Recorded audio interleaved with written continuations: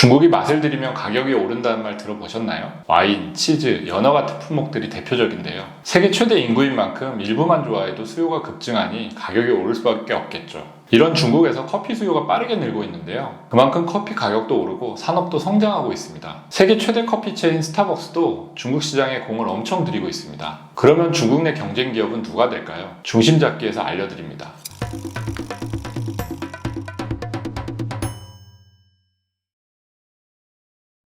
안녕하세요. 서울경제 베이징 특파원 김광수입니다. 차로 유명한 중국. 아침부터 저녁까지 다양하게 차를 즐기는 것으로 잘 알려져 있죠. 그런 차의 나라 중국에서 최근 차를 대신하는 음료로 커피가 부상하고 있습니다. 커피 마시는 왕서방, 상상이 되십니까? 중국 커피 산업의 시장 규모는 2019년 1130억 위안에서 2020년 1454억 위안, 지난해에는 3817억 위안, 우리 돈으로 약 72조 원까지 가파르게 성장했습니다. 앞으로도 매년 27% 넘게 성장해서 2025년에는 1조 위안에 이를 것으로 예상됩니다. 커피 산업 중에도 원두커피 시장의 성장세가 빠른 편입니다. 지난해 중국 원두커피 시장 규모가 89억 7천만 위안으로 전년도에 비해 41.7%나 늘었다고 합니다. 올해는 122억 위안으로 더 커질 것으로 전망되고 있습니다. 지난해 중국 커피 시장에서 원두커피 비중은 7.9%였는데 올해는 8.4%까지 늘어날 것으로 예측되고 있습니다. 빠르게 늘어나고 있다지만 중국의 커피 소비는 확대될 여지가 더 많습니다. 2020년 기준 중국 대륙 전체의 1인당 커피 소비량은 연간 9잔에 불과합니다. 한국, 미국, 일본에 비하면 상당히 낮은 수준이죠. 하지만 대도시들로만 한정하면 상황은 다릅니다. 베이징, 상하이, 광저우, 선전 등 1선 도시들을 기준으로 하면 326잔,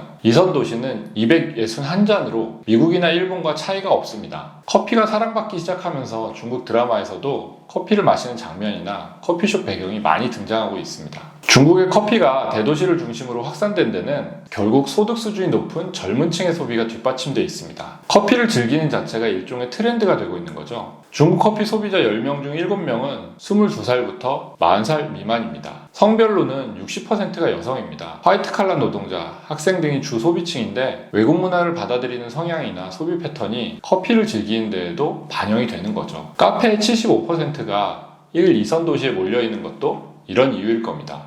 중국 커피 시장이 달아오르는 만큼 글로벌 프랜차이즈가 중국인을 사로잡기 위해 각축전을 벌이고 있습니다. 가장 대표적인 것은 스타벅스입니다. 1999년 1월 베이징 국제무역센터인 거마오에 1호점을 열었고 작년 말 기준 5,654개의 매장이 중국에 있다고 합니다. 최근 2021년 실적을 발표한 스타벅스는 하워드 슐츠 CEO가 스타벅스의 중국 사업이 결국 미국 사업을 능가할 것으로 확신한다고 말할 정도로 중국의 성장을 자신하는 모습입니다. 이어서 맥도날드의 맥카페가 1,600개, 코스타 커피도 400개가 넘는 매장을 보유하고 있습니다. 샌프란시스코 커피로 유명한 피치커피, 일본에서 시작해 응커피로 불리는 아라비카 커피, 캐나다 스타벅스로 불리는 팀홀튼도 빠르게 매장을 늘려가고 있습니다. 맥카페는 내년까지 매장을 4,000개까지 늘리겠다고 할 정도입니다. 최근 주목받는 브랜드는 캐나다 국민커피 팀홀튼입니다. 비교적 늦은 2019년 중국에 진출해서 아직 매장이 150개 정도에 불과합니다만 진출 1년 만인 2020년 5월 텐센트로부터 투자를 받았습니다. 이를 바탕으로 5년 안에 매장 수를 2,750개까지 늘리겠다고 공언한 상태입니다.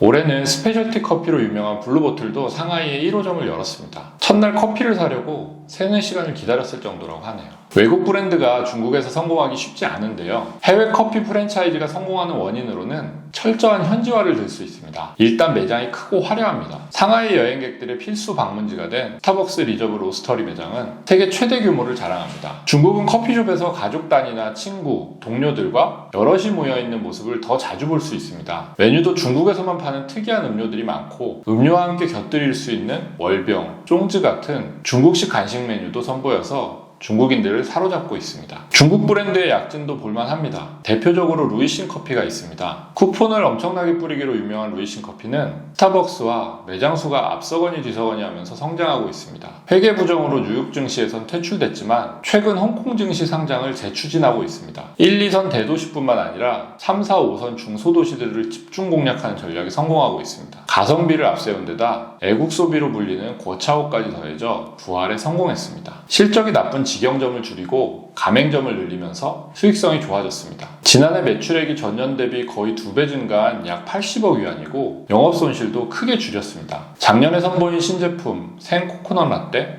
올해 코코넛 음료 브랜드 예수와 콜라보한 음료가 대박나기도 했습니다. 신생 브랜드의 약진도 볼만합니다. 매너커피, 시소커피, M스탠드 등의 브랜드가 매장 수를 점차 늘려가고 있습니다. 커피를 좋아하는 저도 이들 커피 매장을 대부분 가봤는데요. 로스팅 수준이나 커피 맛이 꽤 훌륭했습니다. 중국 커피 브랜드는 대규모 투자를 받아서 성장에 탄력이 붙는 모습입니다. 작년에만 약 20건, 50억 위안이 넘는 자금 조달이 있었다고 합니다. 투자를 받아 매장을 열리고 기업 가치를 키워나가고 있는 거죠. 상장하는 기업들도 곧 나오겠습니다. 예상 밖의 기업들까지 커피 시장에 뛰어들고 있는데요. 중국의 우체국인 중국우정은 올해 2월 중순 샤먼에 우체국 커피 1호점을 냈습니다. 스포츠 브랜드 리닝도 닝커피라는 상표 등록을 하고 오프라인 매장에서 커피 서비스를 준비한다고 알려졌습니다. 중국 석유 업체인 페트로차이나, 시노펙, 그리고 중국 한약방으로 유명한 동인당 역시 커피 사업을 하고 있습니다. 시장이 커지면서 중국의 커피 재배도 늘어나고 있습니다. 커피는 적도 주변에 중북부 아프리카, 중남미, 동남아시아 일대에 이른바 커피벨트에서 재배되는데요. 땅이 넓은 중국도 윈난성과 하이난에서 커피가 재배됩니다. 세계 커피 생산량의 2% 수준이지만 수요가 늘어남에 따라 점차 재배 면적도 확대되고 있다고 합니다. 주로 수출되던 윈난성의 커피는 중국 커피 시장이 커지면서 대부분 중국 국내에서 소비되고 있습니다. 아쉽게도 한국의 커피 브랜드는 중국에서 고전을 면치 못하고 있습니다. 카페베네의 중국 진출은 무리한 확장 탓에 이미 실패로 막을 내렸고요. 최근 이디야, 주커피 등의 커피 브랜드와 파리바게트 같은 베이커리 매장이 늘어나고 있습니다. 해외 브랜드의 성공 노하우와 국내 브랜드만의 차별화된 장점을 더한다면 새로운 기회를 잡을 수 있지 않을까요? 중국 커피 산업은 이제 막 성장하는 단계니까요. 윈난성에서 재배된 원두로 내린 커피 마셔보고 싶지 않으신가요?